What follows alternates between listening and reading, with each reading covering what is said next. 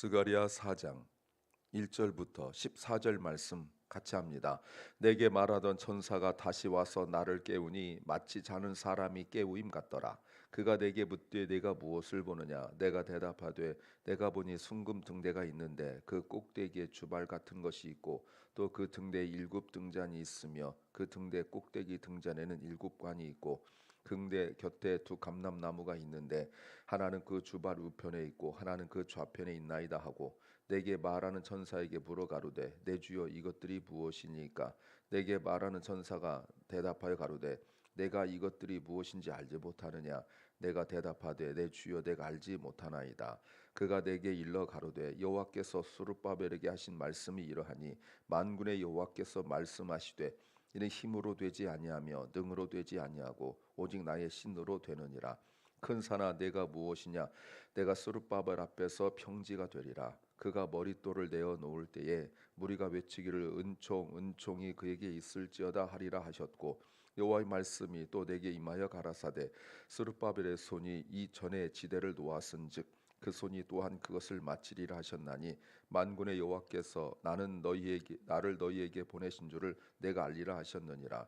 작은 일의 날이라고 멸시하는 자가 누구냐? 이 일곱은 온 세상에 두루 행하는 여호와의 눈이라. 다림줄이 스룹바벨 손에 있음을 보고 기뻐하리라. 내가 그에게 물어가로되 등대 좌우에 두 감람나무는 무슨 뜻이니까 하고 다시 그에게 물어가로되 금기름을 흘려내는 두 금관 옆에 있는 이 감람나무 두 가지는 무슨 뜻이니까? 그가 내게 대답하여 가로되 내가 이것이 무엇인지 알지 못하느냐? 대답하되 내 주여 알지 못하나이다. 가로되 이는 기름 발리온 자 둘이니 온 세상의 주 앞에 모셔 섰는 자니라 하더라. 아멘. 오늘 본문은 다섯 번째 환상으로서 순금 7등잔대와 두 무화과나무, 감람나무, 올리브나무 두 가지가 환상입니다. 두 가지의 환상. 정치 지도자 스룹바벨의 성전의 완성에 관한 내용입니다. 오늘 설교 제목은 고통이 너무 커서 낙심할 때도 일어설 수 있는 비결을 배우라. 고통이 너무 커서 낙심할 때도 일어설 수 있는 비결을 배우라는 제목입니다. Learn the secret to rising, even when pain is overwhelming and discouragement sets in. 고통이 없을 수 없고 낙심이 없을 수 없다는 것을 지금 참 기가 막히게 지난 금요일 기도 말씀부터 시작하여서 지속적으로 나오고 있는 내용이기도 합니다. 그런데 이럴 때 우리가 낙심하지 않고 다시 일어설 수 있는 그 비결이 있다는 것을 우리에게 가르쳐 주시고 그 비결을 우리가 알아야 됩니다. 바울도 고백하기를 내가 풍부할 때나 없을 때나 그리스도 안에서 만족하는 그 모든 일체의 비결을 내가 배웠다라고 말한단 말이죠. 그러니까 하루아침에 이건 깨달음이 되는 것이 아니에요. 이거는 실제적으로 없을 때 배가 고파보고 또 괴로워보고 힘들고 하는 그 과정들을 거쳐가면서 그런 것들이 아니라 주님 안에서 내가 어떻게 만족하고 어떻게 감사하고를 내가 배워 나가야 된다는 거죠. 무엇을 알아야 될까요? 첫째는 지금은 잘 때가 아니다는 겁니다. Now is not the time to rest. 오늘 1절 말씀에 내게 말하던 천사가 다시 와서 나를 깨웠다. 그런데 마치 자는 사람이 깨우임 같더라 라고 말하고 있습니다. 실제 잠을 깨우는 건 아니에요. 그런데 이때 잠을 깬다 이 말은 다른 말로 번역하면 감동을 받는다라는 뜻이에요. 지금까지 스가랴 선지자가 계속적으로 하나님이 어마어마한 환상을 보여줬고 그 환상에 대하여 우리에게 전해준 내용 사실 지금도 다 우리가 알 수 없을 정도의 내용인데 사장에 들어서서 갑자기 스가랴 선지자에게 말씀을 전해준 천사가 흔드는데 깨우듯이, 자는 자를 깨우듯이 하더라는 거예요. 그렇다면 스가랴 마음에 주님께서 보실 때 뭐가 필요한 겁니까? 감동이 필요한 거예요. 여러분, 우리가 종종 그럴 수 있습니다. 목사에게 가장 위험한 것은 무엇이냐면 말씀을 전하는데 그 말씀에 준비하면서 먼저 감동받지 못하는 게 가장 위험한 거예요. 그렇지 않으면 기계에 불과합니다. 내가 그 말씀이 나에게 적용되어지고 먼저 나를 감동시키고 그것이 성도들에게 흘러가야 되는 거거든요. 근데 마치 뭐 기계처럼 요리하는 요리사처럼 따다다닥 요리하고 칼로 썰고 해서 딱 주는 그런 것처럼 목사가 설교를 그렇게 준비해서 전한다면 방법이나 뭐 여러 가지 기술적인 면에서는 뭐 좀 더 나아질 수 있지만 하나님의 그 은혜는 모르죠. 사실 예수님 공생애 때도 바리새인들을 향하여 주님께서 꾸짖은 것이 바로 그 부분 아닙니까? 하나님의 말씀을 가지고 남 판단하고 자기 자신에 대하여 또 스스로 판단하고 평가하고 이건 했지만 말씀의 은혜와 감동이 없었던 거잖아요. 오늘날 목사뿐이겠습니까? 찬양 인도하는 사람이나 모든 직분자들 마찬가지죠. 어떤 일에 익숙하여져서 기능별로 잘 할 수는 있지만 그 말씀 하나하나에 감동이 없는, 영적으로 자고 있는 것과 마찬가지인 그런 것과 마찬가지인 거예요. 깨우는 거죠. 왜요? 왜 깨울까요? 아직 주님이 보여주실 일이 많이 남았기 때문에 그런 거예요. 놀랍죠. 우리 주님은 우리가 영적으로 자는데 그냥 두시지 않습니다. 예수님이 겟세마네 동산에서 기도하실 때 제자들이 잘 때도 주님께서 내버려 두지 않았어요. 아직 들어야 될 말씀이 있기 때문에 그래요. 근데 우리는 자꾸 자려고 합니다. 육신적으로 자려 하고 세상적으로 바빠서 할 일이 많아서 점점 영적으로 자게 돼요. 어젯밤에 우리가 들었던 말씀과 또 통하기도 하네요. 그리고 물어보세요. 2절 내게 묻되 내가 무엇을 보느냐. 딱 보이는 것만 물어보시죠. 대답하면 설명해 주시는 거예요. 보세요. 내가 보았습니다 하고 본 것을 이야기합니다. 순금 등대 뭐 이런 거 이렇게 있습니다 라고 하니까 3절 또 이거 있습니다 라고 말하니까 4절에 내게 말한 천사가 다시 물어요. 천사에게 묻습니다. 이게 뭐예요? 라고 묻습니다. 그랬더니 5절 내게 말한 천사가 가로되 네가 이것이 무엇인지 알지 못하느냐. 여러분 지금 이걸 두 번이나 오늘 본문에서 물어봐요. 내가 지금 이것이 무엇인지 모르느냐? 13절에서도. 왜요? 영적으로 자고 있거든요. 잤었기 때문에 못 깨닫는 거예요. 예수님께서도 마태복음 13장에서 그 씨의 비유를 말씀하셨을 때 제자들이 밤중에 조용히 찾아와서 주여 왜 비유로 말씀하십니까? 뜻이 무엇입니까? 주님께서 너희가 이 뜻이 무엇인지 모르느냐? 그러셨어요. 근데 보세요. 이렇게 질문하고 답하면서 그 신앙의 수준이 점점 올라가고 있는 거예요.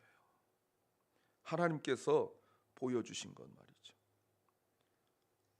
만약에 하나님께서 보여주셔서 깨닫지 못하면 그건 그저 의미를 모른 물건에 불과해요. 아무런 의미도 없는 거죠. 근데 하나님께서 알게 하시니까 그 물건에 의미가 있는 거예요. 성전의 내부의 모습을 지금 보여주고 있죠. 순금 등대는 메노라라는 겁니다. 메노라. 하나님께 제사할 때 사용하는 거죠. 오늘날 이스라엘을 상징하는 두 가지 물건이 있는데, 하나는 이 순금등대 매노라고, 또 하나는 여러분이 많이 보신 이스라엘의 국기인 다윗의 별입니다.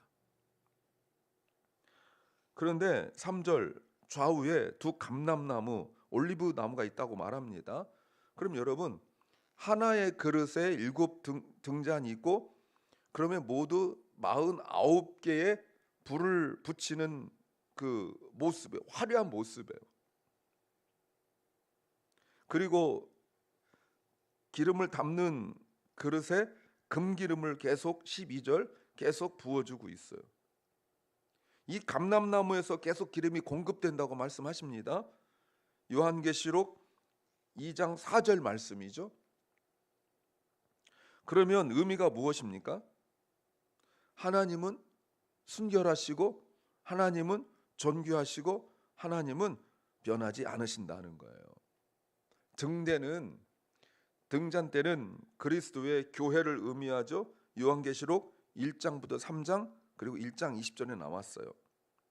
그렇다면 순금 등대는 무엇이냐면, 개인이든지 아니면 공동체든지 주님의 구원의 복음을 증거해야 되는 하나님의 백성들, 즉 교회 공동체를 의미하는 겁니다. 빛을 밝히는 거죠.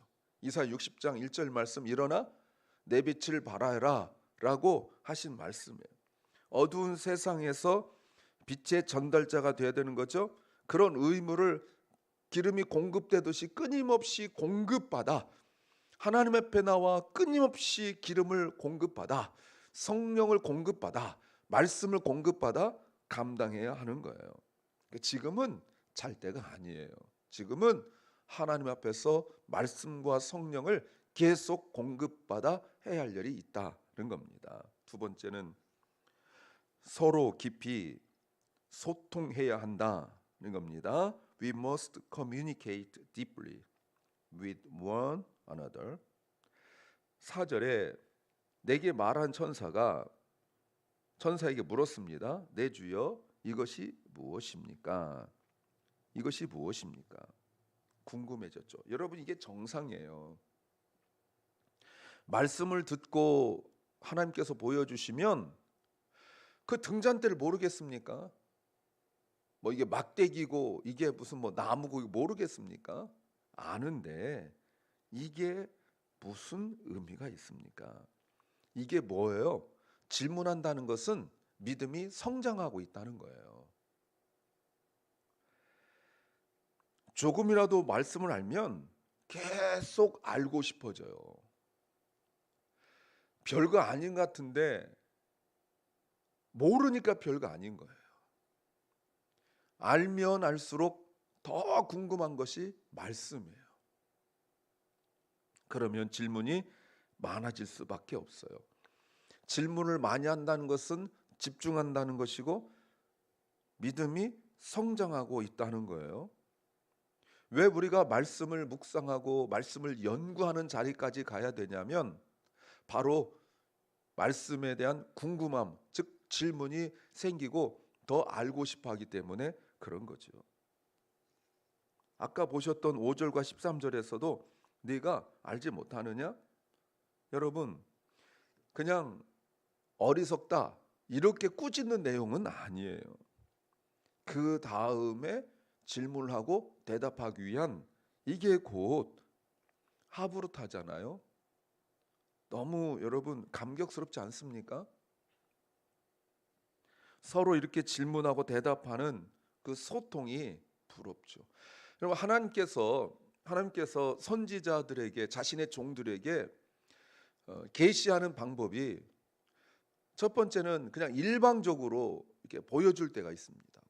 구약에서는 꿈으로, 환상으로 일방적으로 보여줄 때가 있어요. 그리고 말씀도 일방적으로 하실 때가 있어요. 그런데 가만히 잘 보시면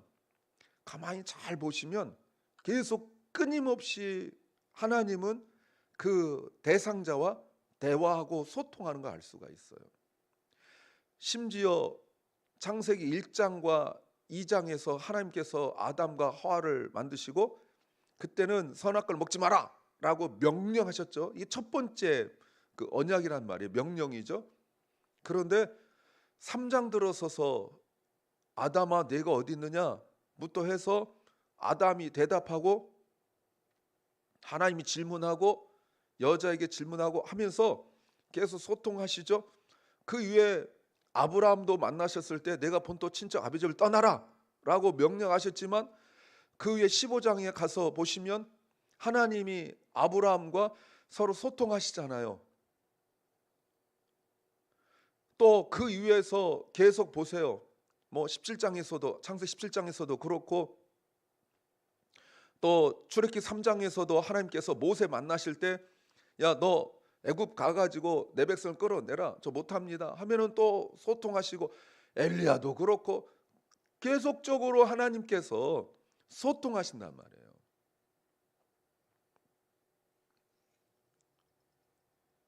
결국 14절 가로되 이는 기름 발리운 자 둘이니 온 세상의 주 앞에 모셔 섰는 자니라.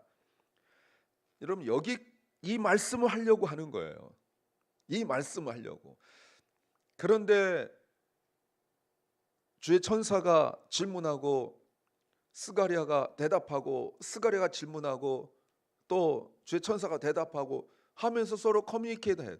이게 바로 기도고요. 이게 바로 하나님과 깊은 영적 교제를 하는 거예요. 말씀하신 대로 우리가 해야 될 부분 분명히 있습니다. 대위임령이나 이런 거는 뭐 여지 없어요. 그러나 그 외에 많은 것들은 하나님께서 이렇게 소통하시면서 서로 대화하고 그래요. 다메섹으로 가던 사울이 정오의 햇빛보다 더 강한 빛에 굴러 떨어졌습니다. 그때 주의 음성이 들리죠. 사울아 사울아 네가 왜 나를 핍박하느냐 질문합니다. 주여 누구십니까? 나는 네가 핍박하는 예수라 하면서 왜 이런 일이 났는지 주님께 설명하시고 다메섹에 살던 아도니아를 주님께서 만나셔서 또 설명하시고 계속 서로 주고받고 이러신단 말이에요. 또 사도행 10장에서도 베드로가 환상을 보고 이렇게 했을 때 서로 주고받고. 그러니까 우리의 신은 하나님은 모든 신들 중에 신이신데 세상의 신도 여러분 그렇게 할 수가 없어요. 우상이라고 말하는 그 신들도 질문하면 어디 말대꾸고 어디 질문합니까? 말하면 그대로 하는 거죠. 말을 괜히 되물었다가는 부정타고 해서 막 불순종해서 저주받고 이런 식으로 말하잖아요. 근데 우리 신은 그 신들과 비교가 안 되는 신 중의 신인데 질문하고 답하고 또 질문하고 답하고. 하나님은 그러신단 말이에요. 하나님께 계속 질문 좀 하십시오. 하나님은 우리를 어리석다 꾸짖지 아니하시고 계속 가르쳐 주실 것입니다. 부부 사이도 마찬가지죠. 또 친구 사이도 마찬가지죠. 세 번째는 고민과 염려가 나의 착각인 것을 깨달아야 한다는 겁니다. We must realize that worries and concerns are illusion of the mind. 6절 말씀이 유명한 말씀이죠. 이게 무엇입니까? 네가 5절에 알지 못하느냐? 모릅니다. 그랬더니 그가 내게 일러 가로되 여호와께서 스룹바벨에게 하신 말씀이 이러하니라.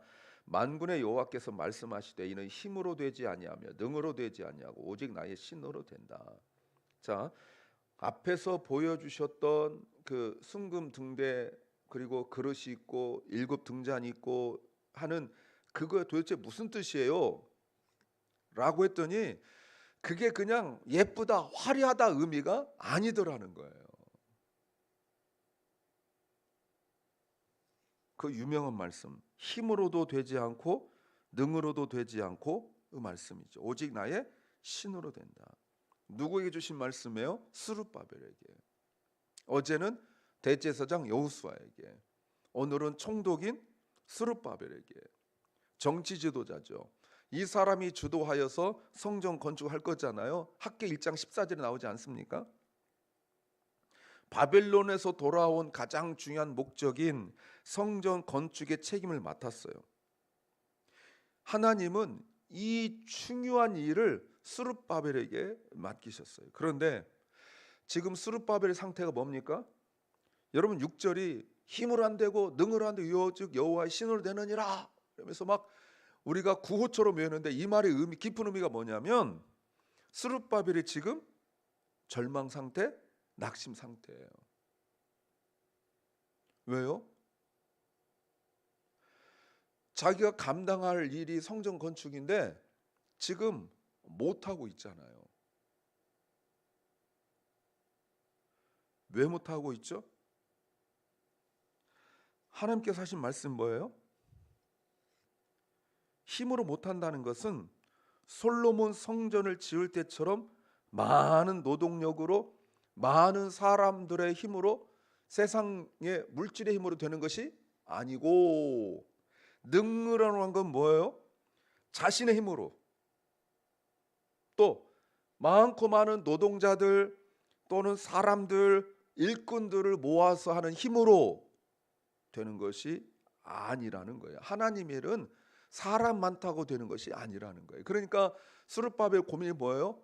지금 성전을 지어야 되겠는데 사람도 없고 돈도 없고 그리고 내적 외적 어려움이 있죠. 내적 어려움 무엇입니까? 그 나이 드신 분들의 반대, 공동체의 반대가 있잖아요. 이렇게 짓느니 안 하느니 못하다 이게 뭐냐 하는 그들의 그 반대, 그것 때문에 젊은 사람들이 힘을 잃어버리고 동력을 잃어버리고 그냥 16년 동안 성전이 짓지도 못한 채로 방치되어 있는 그런 거. 또 외적 어려움 뭐예요? 사마리아 사람들, 우리가 느헤미야 보시면 다 알잖아요. 그 외적인 그 주변에 있는 그 나라들의 그 반대, 그 내적 외적 어려움이 있고 또 그 페르시아 정부에서 지속적인 어떤 감시 이런 것들 속에서 내가 받은 사명이 있는데 못 하고 있는 거예요. 하나님께서 하신 말씀이 그거예요. 그토록 스룹바벨이 고민하고 힘들어하고 있는 것이 뭐라고요? 착각이라는 거예요. 하나님의 일은 돈으로만 사람으로만 되는 것이 아니라 하나님의 신으로 하나님의 영으로 된다는 거예요. 성령의 역사죠. 8절 여호와의 말씀이 또 내게 임하여 가라사대 9절 보세요.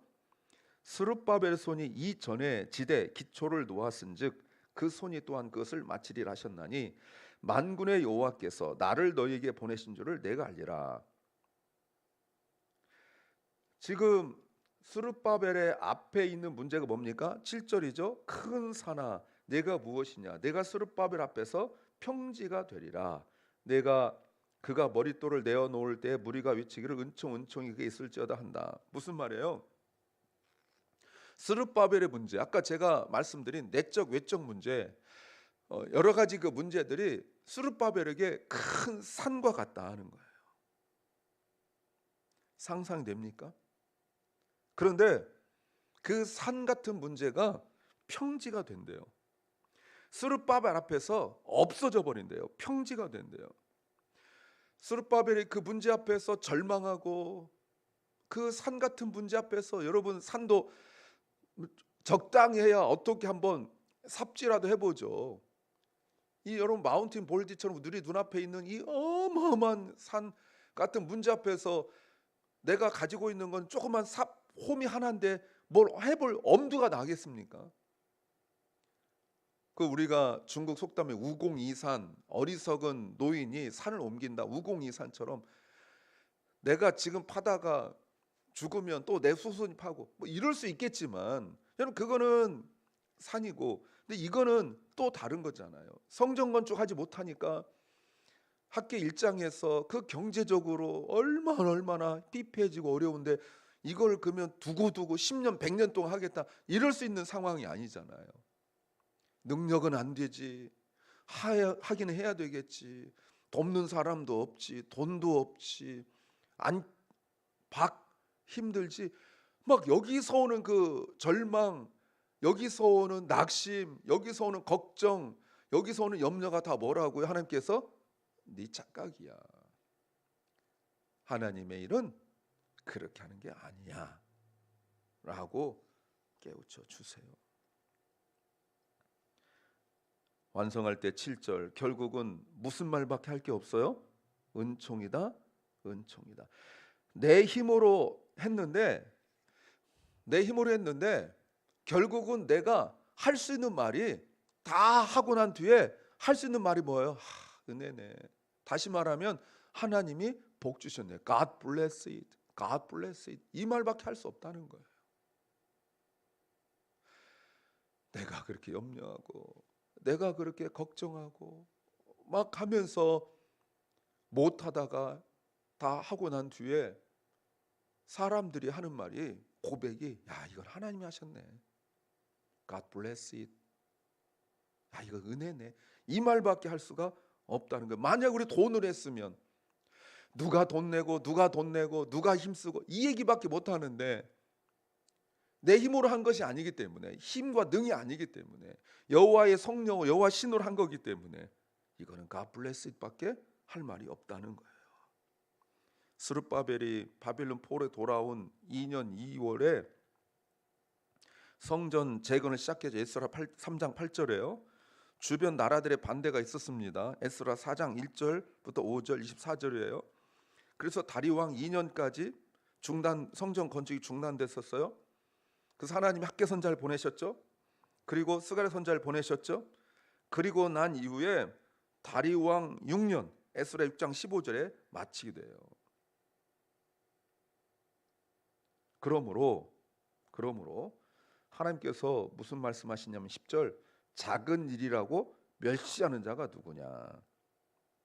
초라하다고, 시작이 초라하다고 무시하지 말라는 거예요. 기초석 주춧돌을 놓은 것이 무슨 큰일이겠느냐라고 말하지 말라는 거예요. 학개 선자도 그렇게 말하죠. 돌 위에 돌을 놓는 날 하나님께서 너에게 어떻게 복 주셨는지 알라는 거 아니겠어요? 성전 건축 솔로몬처럼 못해도, 근데 사람들이 이렇게 말하는 사람도 있다는 거예요. 아까 7절에 보셨던 큰 산이죠. 근데 이걸 성령께서 이루신다는 거예요. 여러 차례 말씀드렸지만 내가 주의 이름으로 선지자 노릇하고 귀신 쫓아내고 많은 병자를 고치고 큰 기적을 행했습니다 라는 것과, 내가 주의 이름으로 물 한 잔 주고 떡 하나 주고 가난한 사람, 병들고 지친 사람 찾아보고 그랬습니다. 여러분, 심판의 결과가 달라요. 선한 사마리아 사람도 마찬가지죠. 하나님께서 지켜주시겠다. 10절, 이 일곱은 온 세상에 두루 행하는 여호와의 눈이라. 다림줄이 스룹바벨 손에 있음을 보고 기뻐하리라. 스룹바벨이 건축하려면 다림줄이 있어야 되잖아요. 청량줄. 그거 딱 들고 있는데 여러분 뭐 했어요? 아직 아무것도 안 했어요. 청량줄 들고 이제 하려고 딱 하는 거 보고 하나님이 기뻐하시는 거예요. 보세요 여러분. 사무엘하 7장에서 다윗이 마음속에, 야 나는 백향목 궁에 있는데 여호와의 저는 텐트에 있네, 이 생각만 했는데도 하나님께서 복 주시잖아요. 그 생각을 아무나 하는 게 아니에요. 다림줄 하나 드는 거 아무나 하는 거 아니에요. 왜? 초라하니까. 이러니 내가 안 해. 이런 생각하고 있고, 아니면 바쁘고 영적으로 게으르고 또 밥 뭐 이래서 그냥 잠만 자고 있고 이러니까 아무나 하는 거 아니에요. 11절 선자가 또 물어요. 등대 좌우에 두 감람나무 무슨 뜻입니까? 12절 다시 그에게 물었어요. 금기름 흘러내리는 두 금관 옆에 있는 감람나무 두 가지가 무슨 뜻입니까? 왜? 아직 깨닫지 못하니까. 13절 아직도 네가 깨닫지 못하느냐? 솔직히 대답하죠. 모릅니다 주님. 그랬더니 14절 설명하시는 거예요. 사랑 여러분, 이렇게 해서 하나님이 스룹바벨의 고민의 문제를 해결해 주시죠. 여러분, 고민이 크고 걱정 염려하지만 그것이 내가 착각하고 있다는 걸 깨달을 때, 고통이 너무 커서 낙심할 때도 일어설 수 있는 비결을 얻게 되는 줄로 믿습니다. 기도합니다. 주님, 내가 염려하고 걱정하는 것이 나를 낙심하게 만들고 나를 지치게 만들 때도 있지만, 내 힘으로 내 능으로 하는 것이 아니라 하나님의 성령으로 하는 것임을 깨닫고 내가 이 모든 과정 속에서 주님의 은혜를 누리게 하여 주시옵소서. 사랑 결란과 사랑으로 자녀들이 더 주님을 깊이 알게 하시고 그들의 인생 속에서 주님의 역사하심을 알게 하여 주시옵소서. 오늘 하루 우리에게 주신 주님 감사와 은혜 하루가 되게 하시고 주님 고통과 아픔 속에서 치유받기를 원하는 심령들을 주님이 불쌍히 여겨주시고 함께하여 주옵소서. 감사하며 예수님 이름으로 기도하옵나이다. 아멘. 하늘에 계신 우리 아버지여, 이름이 거룩히 여김을 받으시오며 나라의 마옵시며 뜻이 하늘에서 이룬 것 같이 땅에서도 이루어지이다. 오늘날 우리에게 일용할 양식을 주옵시고 우리가 우리에게 죄 지은 자를 사하여 준 것 같이 우리 죄를 사하여 주옵시고 우리를 시험에 들게 하지 마옵시고 다만 악에서 구하옵소서. 대개 나라와 권세와 영광이 아버지께 영원히 싸움나이다. 아멘.